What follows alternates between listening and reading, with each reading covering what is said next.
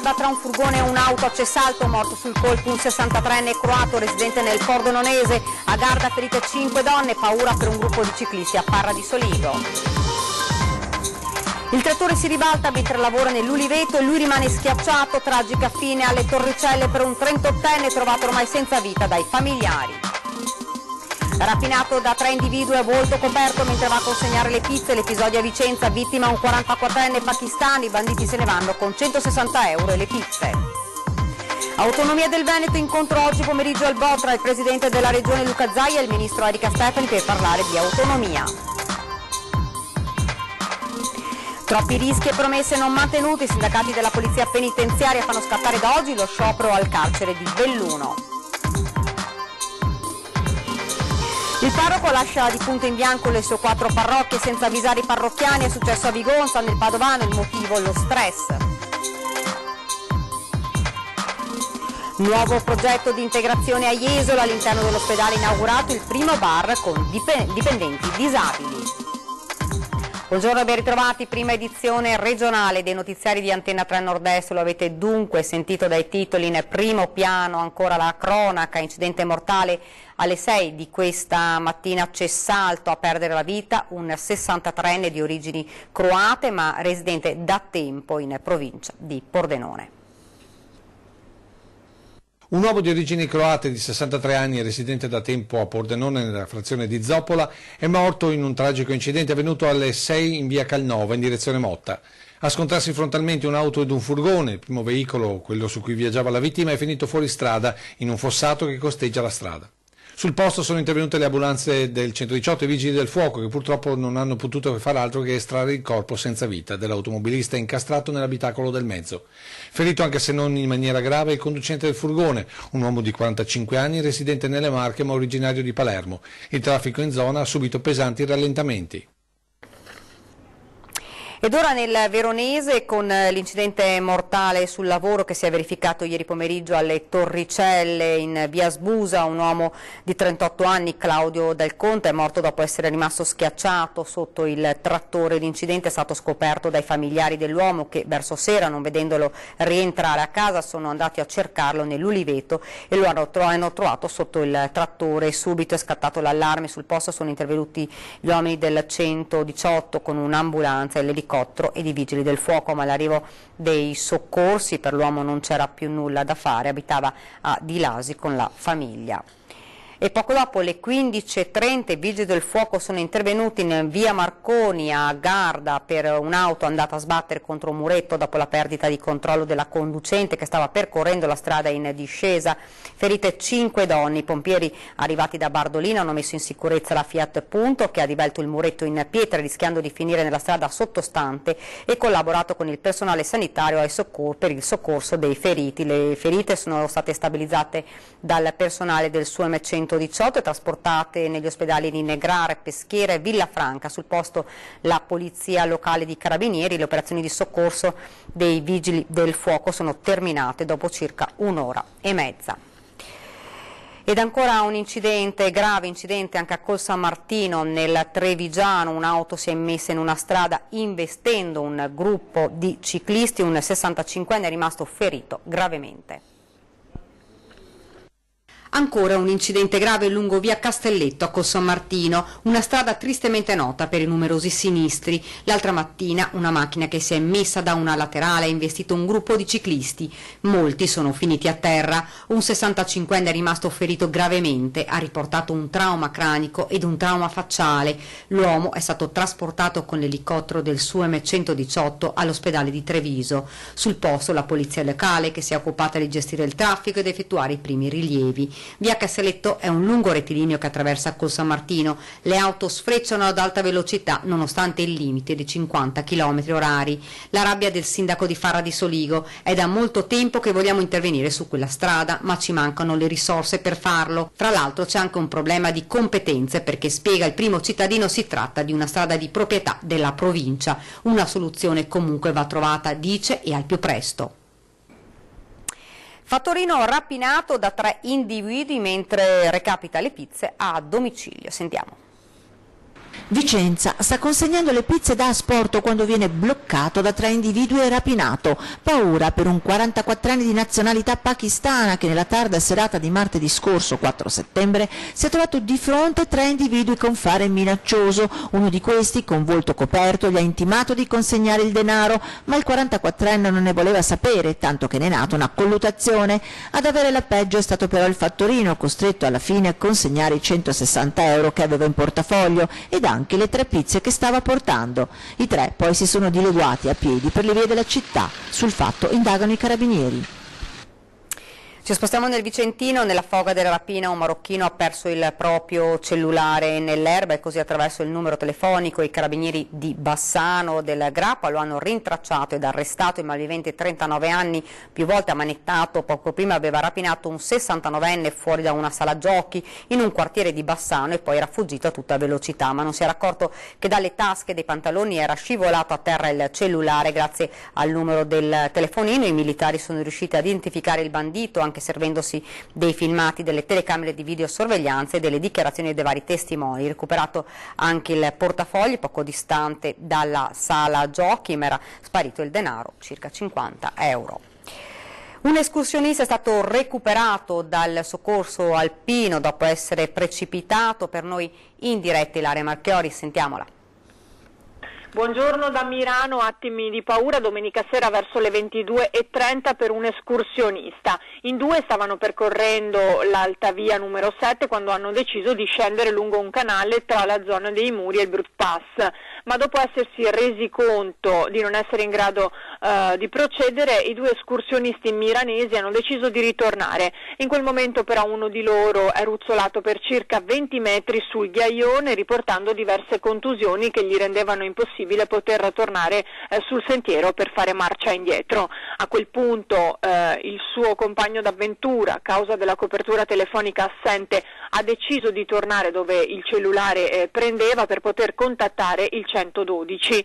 Sul posto è quindi intervenuta una squadra del soccorso alpino dell'Alpago che ha posto il campo base a Campitello. Gli operatori, dopo aver raggiunto l'escursionista che aveva lanciato l'allarme e che era rimasto in vetta per poter essere rintracciato più facilmente, hanno dunque mantenuto il contatto vocale con la persona che si era invece infortunata, senza però muoversi nella direzione del canale per scongiurare il rischio di far rotolare dei sassi a valle durante la discesa. A quel punto i soccorritori hanno atteso fino alle prime luci dell'alba l'eliambulanza di Trento, rassicurandosi naturalmente sulle condizioni del ferito nel corso della notte. E mentre il tecnico predisponeva al recupero dell'uomo, l'elicottero ha imbarcato la squadra e il secondo escursionista, trasportandoli a Pianformosa per poi tornare a prendere la persona ferita e portarla nell'ospedale di Belluno per tutti gli accertamenti del caso.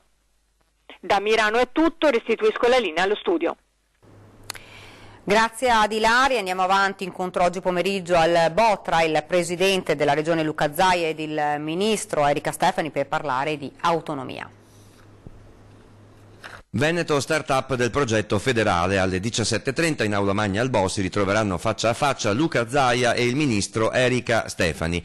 Sarà un'occasione importante per parlare di autonomia e capire soprattutto in che modo porterà benefici al nostro territorio. Da seguito a un primo incontro tra il governatore Zaia e il ministro in allora Costa del febbraio 2017 in cui si era parlato per la prima volta di autonomia.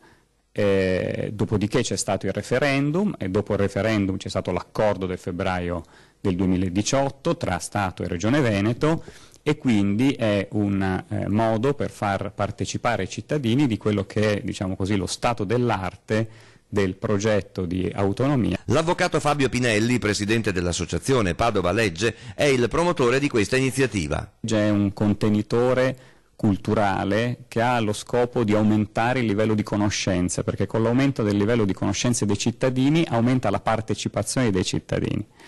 Come dico sempre, i cittadini non hanno solo diritti ma hanno anche dei doveri.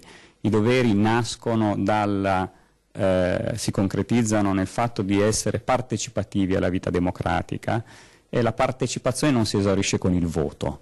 Essere a conoscenza dei temi che riguardano la vita di tutti contribuisce alla creazione di una cittadinanza responsabile. Nel 1946, ancor prima della firma sulla Costituzione, Ambrosini nella relazione sulle autonomie regionali prefigurava le regioni come fattore di democratizzazione e di efficienza dell'organizzazione statale. Dobbiamo dare atto che questo è un tema assolutamente sentito dai cittadini, che il referendum ha dato una risposta nel senso che i cittadini veneti sono sensibili molto, il 98% ha votato per il sì al tema dell'autonomia, e anche, lo dico da giurista, che il dettato costituzionale prevede delle particolari forme di autonomia che nascano dall'accordo Stato-Regione, quindi si tratta di comprendere i contenuti e il perimetro di questo accordo. Ed ora gli sviluppi sul caso delle banche venete, l'annuncio del sottosegretario alle finanze Massimo Bitonci che a breve saranno risarciti i primi risparmiatori invece dal Tribunale di Treviso, la notizia che la Procura starebbe indagando anche sull'operato dei singoli dirigenti delle filiali di Veneto Banca. Veneto Banca si concretizza sempre più l'ipotesi che sul banco degli imputati, oltre ai vertici direttivi, possano finire anche dirigenti e responsabili di tutte le agenzie. L'ipotesi è al vaglio del procuratore Massimo De Bortoli su circa 200 documenti della Guardia di Finanza. Sono ormai un paio di mesi che la Guardia di Finanza sta appunto ascoltando i risparmiatori traditi. Quello che appunto la Guardia di Finanza chiede ai risparmiatori è come materialmente è avvenuta la vendita delle azioni, che tipo di informazioni il personale di filiale aveva fornito ai risparmiatori. Quello che appunto noi abbiamo sempre sostenuto è che quella appunto relativa a Veneto Banca fosse una situazione a delinquere, cioè i vertici davano appunto le indicazioni al personale di filiale, come risulta dalle intercettazioni, vendere azioni a più non posso, vendetele a tutti, e appunto si è svolta la cosa in questo modo. Allo stesso modo il personale di filiale era a conoscenza del fatto che le azioni non potevano essere vendute in quel modo e quindi in un certo senso erano appunto compartecipi a questa azione delittuosa posta in essere dai risparmiatori su indicazione dei vertici. La svolta dovrebbe arrivare in settimana, quando gli avvocati dei risparmiatori contano di incontrare il titolare dell'inchiesta. La Procura sta cercando proprio questo, cercando di capire se c'è quell'elemento psicologico che determina il reato, quindi la consapevolezza e la volontà di, con atti di raggiri, truffare queste persone. Arrivare all'imputazione di truffa per direttori e funzionari con l'obiettivo di ottenere i risarcimenti coinvolgendo tutti, banca intesa compresa. È una richiesta che noi abbiamo fatto diversi mesi fa alla Procura, perché la responsabilità dei dipendenti, che poi sono diventati dipendenti di banca intesa, ci permette di entrare dalla porta di servizio per farci risarcire da banca intesa. E quindi devono rispondere in solito personale oppure deve solo rispondere la banca?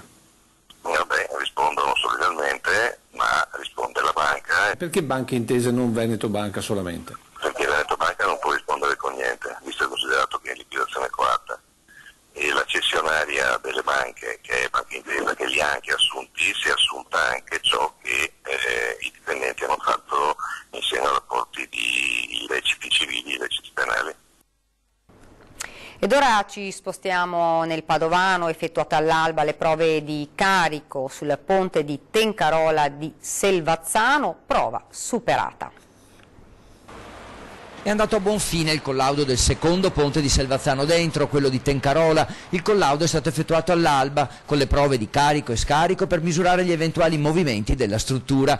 Con la chiusura totale del traffico per alcune ore, sul ponte sono state posizionati 4 camion carichi di ghiaia del peso di 400 quintali ciascuno, un totale di 160 tonnellate che sono rimaste posizionate per il tempo necessario a effettuare i rilevamenti sul ponte, che ha una campata di 24 metri, ovvero molto più lunga rispetto a quello del centro di Selvazzano, monitorato la scorsa settimana. È stato verificato anche lo spessore di calcestruzzo e acciaio. Ora saranno decisi gli interventi di ristrutturazione da effettuare nei prossimi mesi, ma intanto il passaggio di auto e camion potrà avvenire in assoluta sicurezza.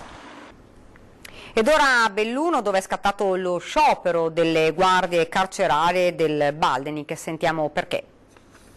Carcere di Belluno, da oggi sciopero della mensa obbligatoria per gli agenti di polizia penitenziaria. Dopo quasi un anno di promesse da parte dell'amministrazione penitenziaria sulla chiusura della sezione articolazioni per la tutela della salute mentale del penitenziario bellunese, i sindacati di polizia penitenziaria hanno deciso di proclamare lo stato di agitazione e lo sciopero dei 90 agenti della mensa di servizio. Lo scorso giugno l'impegno del provveditore del Triveneto per una chiusura definitiva entro 2 mesi, considerando gli ultimi eventi critici che hanno messo a repentaglio l'incolumità psicofisica del personale di polizia penitenziaria e civile.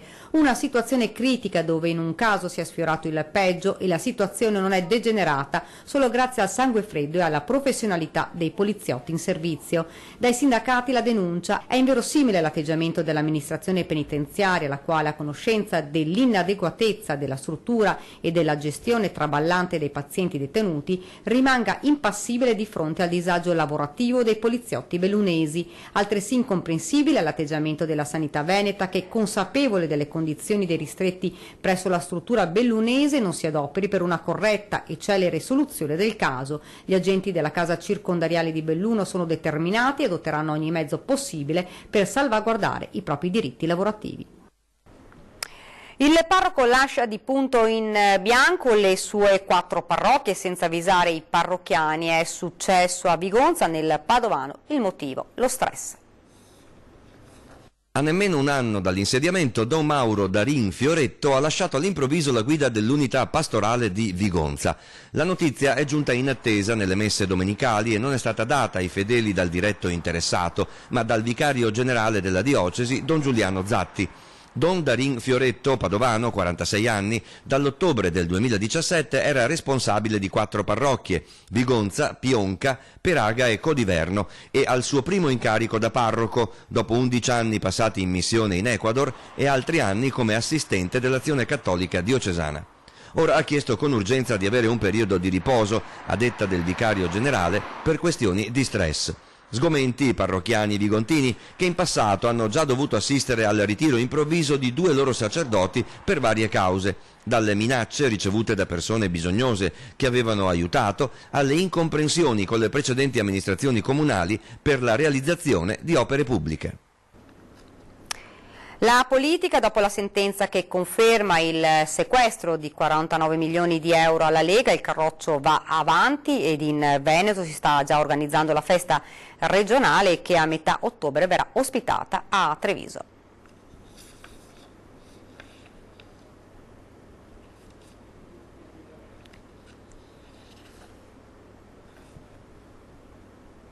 Metà ottobre faremo la festa regionale della Lega e la faremo a Treviso. Dunque non solo una festa provinciale della Lega che per anni ha animato a fine settembre il prato di fiera alle porte di Treviso, per essere poi sospesa e riproposta negli spazi del mercato ortofrutticolo, ma un evento di più ampia portata che convoglierà nel capoluogo della Marca militanti, sostenitori ed esponenti del Carroccio da tutto il Veneto.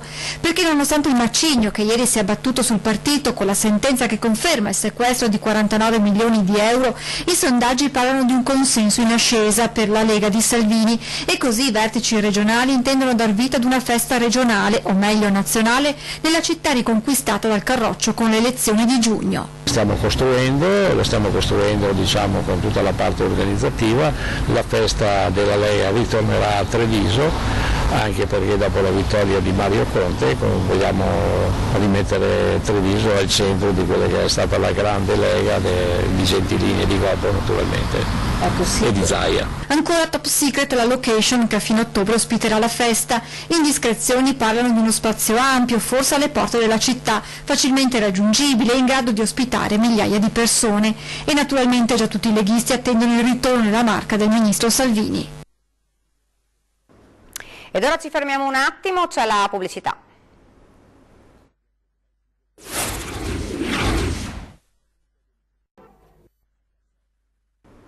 Bene, siamo tornati nuovamente in studio, nuovo incontro con Ascotrade, con gli imprenditori. Questa volta la tappa è stata Belluno, un momento di confronto completamente nuovo, slegato dalle tradizionali riunioni d'ufficio. Alle 7:30 a colazione con una tazza di caffè per scambiarsi idee e opinioni. Sono arrivati tutti puntuali alle 7:30 per la colazione con Ascotrade. L'incontro, giunto alla sua terza tappa, si è tenuto a Belluno. Una cinquantina di imprenditori hanno partecipato con entusiasmo per scambiarsi opinioni e idee davanti ad un caffè. Vedo che la cosa sta proseguendo bene, c'è voglia, 7:30 mattina è l'orario giusto, abbiamo deciso che è l'orario giusto, vedremo di tenerla anche in piedi, insomma, periodicamente. La colazione con Ascotrade, spiega il presidente Stefano Busolin, nasce dalla necessità di fare rete insieme, incontrandoci in un orario che anticipa quello lavorativo per stabilire nuovi contatti e rinsaldare quelli esistenti.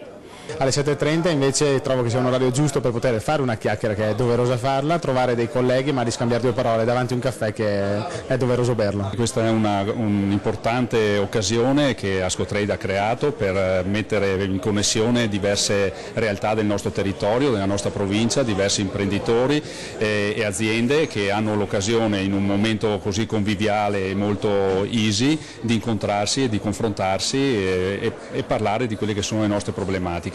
Presente anche il presidente della provincia Roberto Padrin. È importante che le aziende possano conoscere tutte le realtà che sono sul nostro territorio provinciale e le opportunità che possono dare anche a loro, quindi penso che su questa è la strada su cui dovremo cercare di lavorare e, come dico sempre, cercando sempre di unire un po' le forze, perché solamente attraverso un'unità di intenti riusciamo a far crescere il nostro territorio provinciale. L'appuntamento è durato circa un'ora ed ha raccolto il consenso degli imprenditori che si sono detti disponibili a proseguire il percorso iniziato con Ascotrade.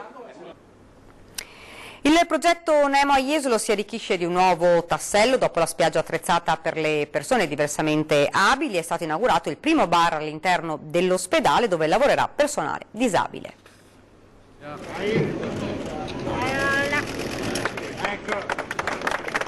Eccolo il momento più emozionante. Roberto e Fabrizio, 31 e 54 anni, gestiranno insieme il primo bar all'interno dell'ospedale di Jesolo. Si arricchisce così di un nuovo tassello il progetto che ha visto nel 2013 l'inaugurazione della spiaggia di Nemo, completamente attrezzata per le persone diversamente abili. Questa spiaggia è diventata la spiaggia più inclusiva e una delle più belle spiagge della nostra costa italiana. Complimenti veramente anche ai gestori e da oggi si inizia un altro percorso, che è quello dell'apertura del primo bar di questo ospedale, dell'ospedale di Jesolo, e in questo bar lavoreranno 2 persone diversamente abili e quindi ecco che l'integrazione tra turismo, sociale, sanità, territorio si sta veramente realizzando con questo sogno che sta diventando sempre più realtà. Un progetto importante di inclusione, turismo accessibile e integrazione, ha spiegato l'assessore regionale Emanuela Lanzarin, presente alla cerimonia.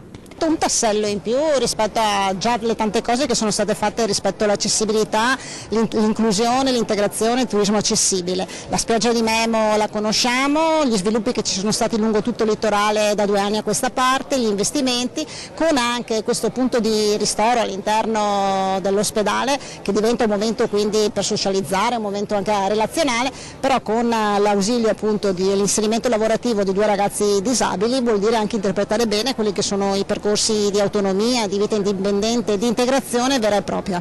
Il bar è un'ottima idea, dice il sindaco di Jesolo Valerio Zoggia, che parla anche della spiaggia attrezzata importante che dà la possibilità a tutti di poter raggiungere il mare. Bellissima l'idea di rendere questo bar non solo accessibile ai disabili, ma che all'interno ci siano anche 2 persone che hanno dei problemi, che saranno assunti come dipendenti, che quindi potranno essere occupati e essere considerati persone normali. Ma questo, come detto, è solo un tassello perché il progetto è in continua evoluzione. Questo progetto continuerà, il prossimo anno vorremmo appunto spostare il progetto del turismo sociale inclusivo sull'inserimento lavorativo di tanti ragazzi che ci sono nei nostri CEOD, nei nostri centri, ragazzi che hanno voglia di lavorare, hanno voglia di inserirsi nel mondo del lavoro. Il turismo porta tanto lavoro ed è giusto che gli imprenditori del nostro litorale assumano questi ragazzi con il nostro aiuto di aziende sanitarie, con i nostri educatori, con i nostri servizi di inserimento lavorativo, ma che li assumano e gli diano questa possibilità di integrarsi nel mondo del lavoro. Siamo quasi al termine e vi ricordo fra pochi minuti la nostra trasmissione ore 13, si parlerà delle opportunità ma anche dei vincoli che si hanno per l'Italia nel rimanere in Unione Europea, quali prospettive future, come usiamo o sprechiamo i fondi, perché contiamo poco e portiamo a casa risultati minimi per il nostro Paese. In studio con noi il professor Alberto Lanzavecchia, docente di economia dell'Università di Padova, Guerrino Gastaldi, presidente della CNE Padova, e Nicola Mazzonetto, presidente di Confeservizio. Sempre questa sera alle 21 non perdete invece la nostra trasmissione Ring in studio con Ferdinando Avarino, l'onorevole Dimitri Coin della Lega, Enrico Zanetti ed Alessandro Luigi Bisato del PD, Simone Scarabel, Movimento 5 Stelle. Vi ricordo quindi questa sera la nostra trasmissione Ring a partire dalle 21. E questa era la nostra ultima notizia, vi lascio alle nostre previsioni del tempo, grazie davvero per averci seguito e buona giornata.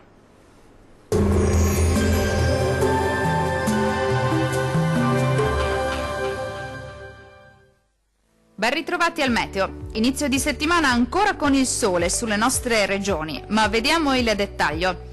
Sul Veneto la giornata sarà caratterizzata dal bel tempo, sarà infatti ampiamente soleggiato su tutti i settori e il cielo si presenterà sereno o al massimo con presenza di poche nubi a carattere sparso. Non sono attese precipitazioni degne di nota. Temperature minime tra 15 e 19 gradi, massime comprese invece tra 25 e 30 gradi circa. Diamo ora uno sguardo alla situazione del Friuli Venezia Giulia. Poche novità, anche sulla nostra regione dominerà il sole, tuttavia non si escludono degli occasionali temporali al pomeriggio sui settori alpini, ma saranno generalmente di breve durata e di debole intensità. Temperature minime tra 16 e 18 gradi, valori massimi compresi invece tra 27 e 29 gradi circa.